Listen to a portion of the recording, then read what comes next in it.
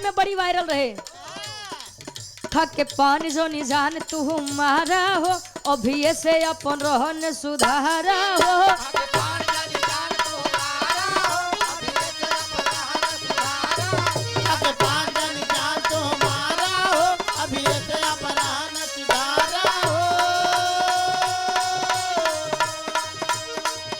के पान जो निजान तू मारा हो, अभी से अपन रहन सुधारा हो।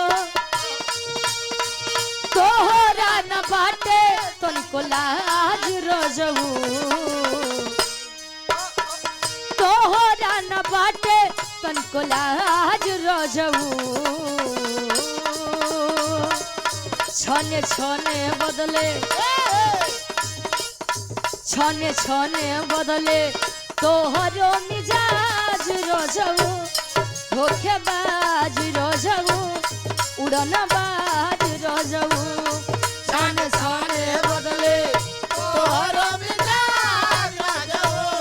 धोखेबाज रजऊ, उड़नबाज रजऊ।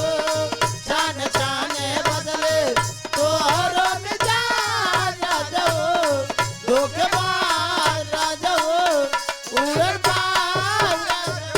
प्रभु श्री रामचंद्र जी परिवार को लेकर के नदी के किनारे विश्राम कर रहे हैं। तले रतिया में एक लड़की आवत बा।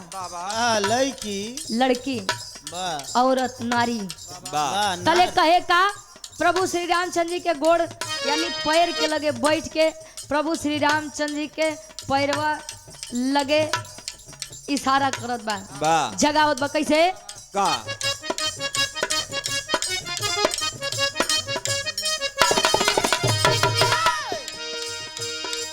आधी रात सोए नींदर घुराई हो, आके बेसत बबून को जगाई हो।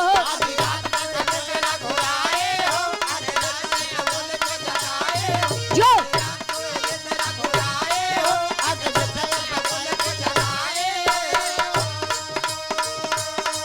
आधी रात सोए देखर घुराई हो, आके बेसत बबून को जगाई हो। कहे बा समस्या गंभीर राम जी, कहे बा समस्या गंभीर राम जी।